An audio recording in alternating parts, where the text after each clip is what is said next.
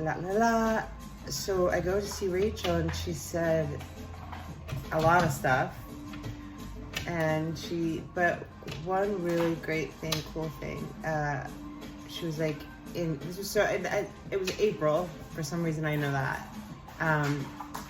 And a lot has come true.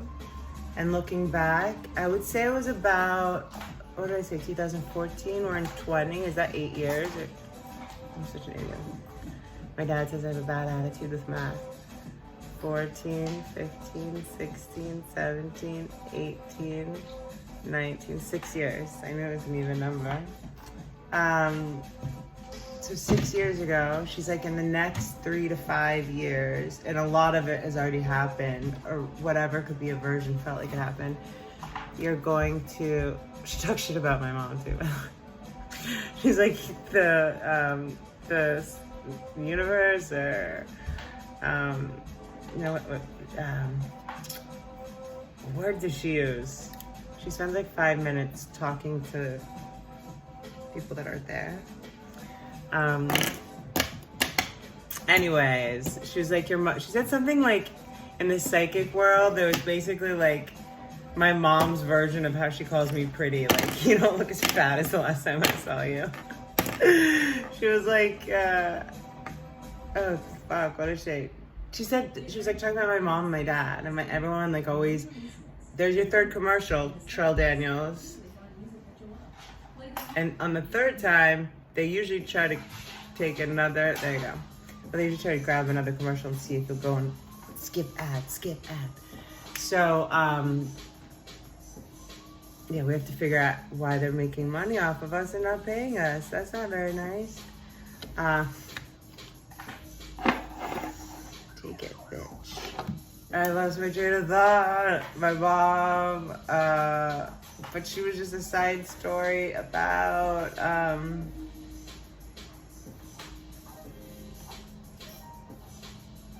healing, why I made this channel.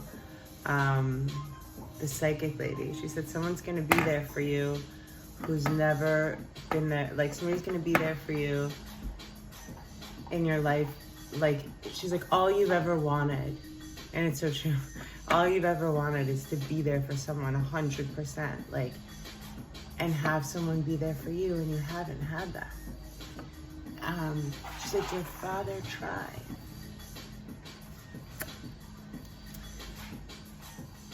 She said, but he can't really be that for himself.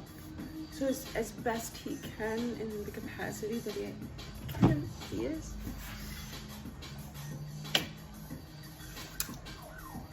Anyway, she said this other person would come into my life.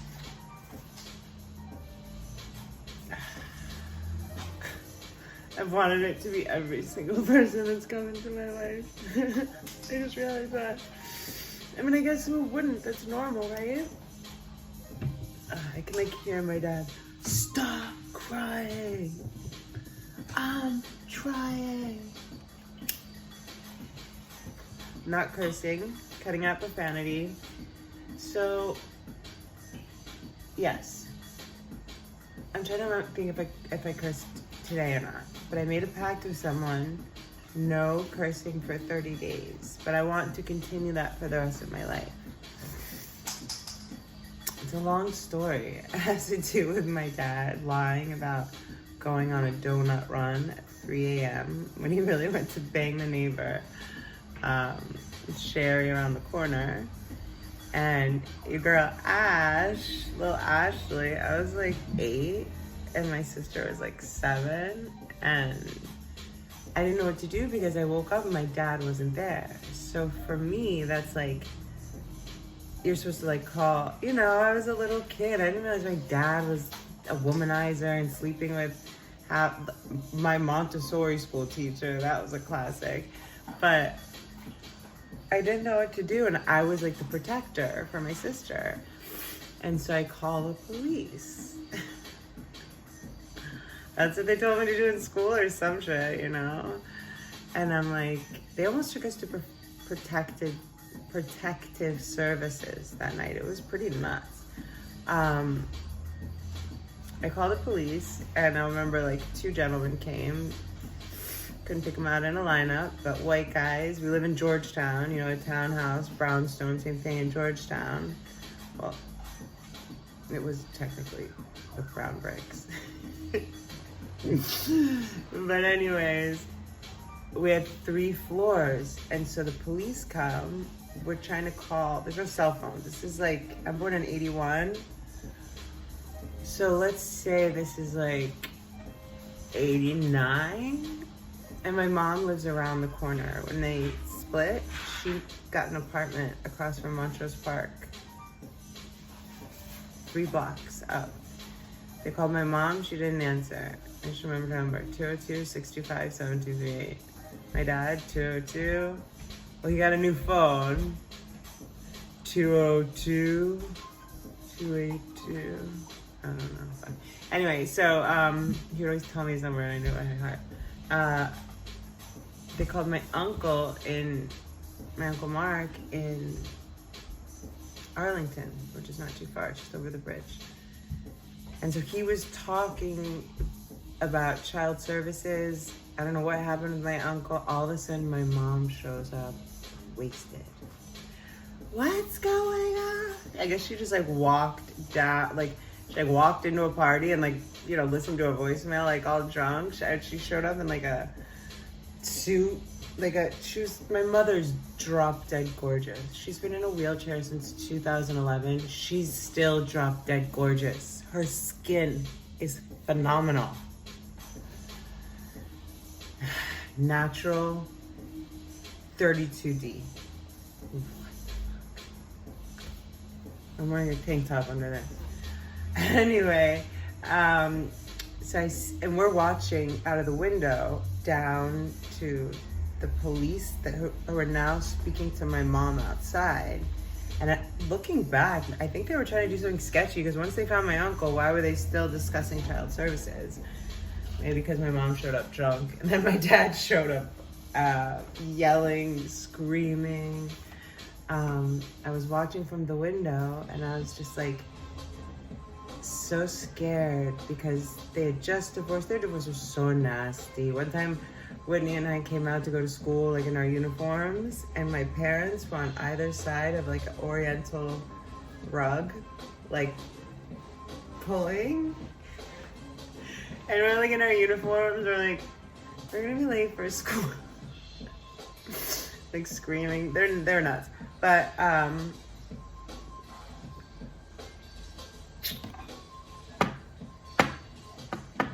trying to think of what the most important like takeaway is for those like 3 things.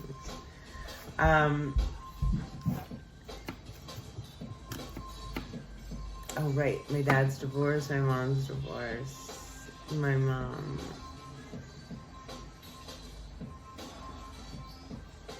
See, the plot will help me remember.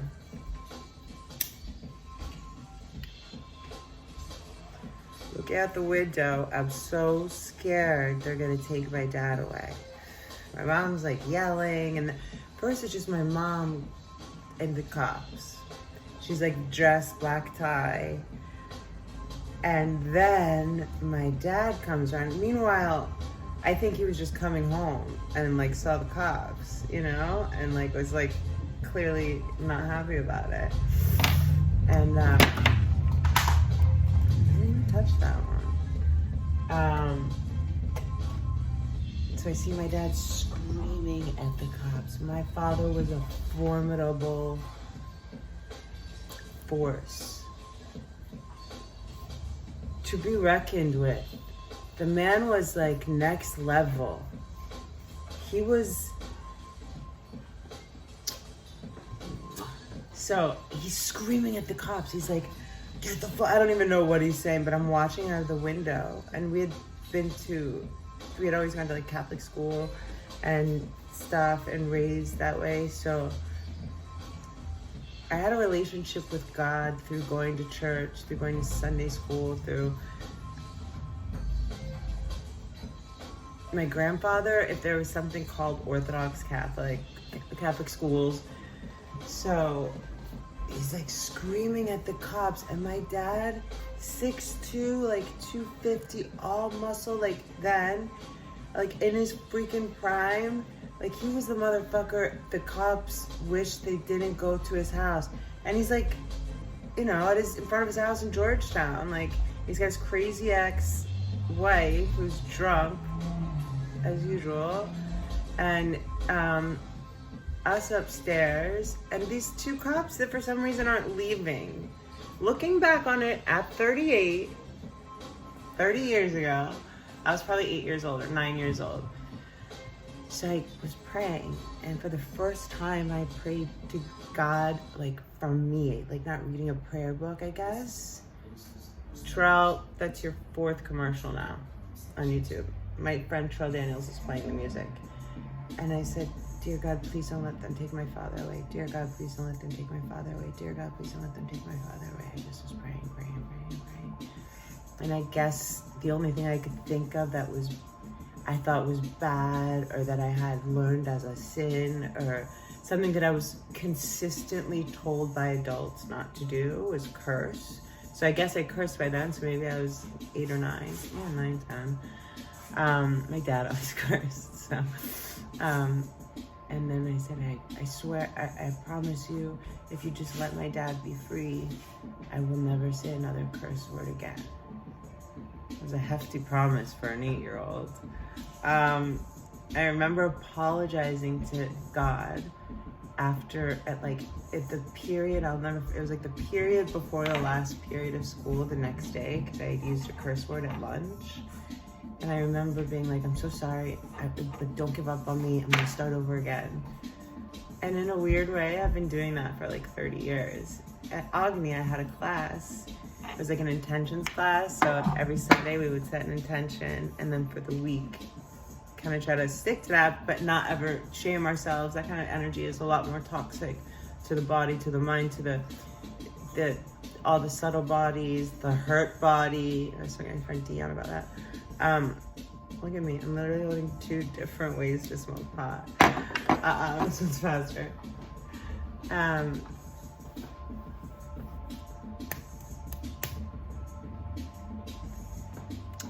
I made 3 times, 3 weeks in a row, my intention for that class, that this week I won't say any curse words. I don't even know if I got through like a Sunday evening or like a Monday morning.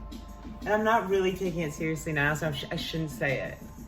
But in the near future, cursing is gonna go. From these lips, you will not be hearing profanity anymore, ladies and gentlemen. It will be, oh snap, shut the front door. What the Farouk?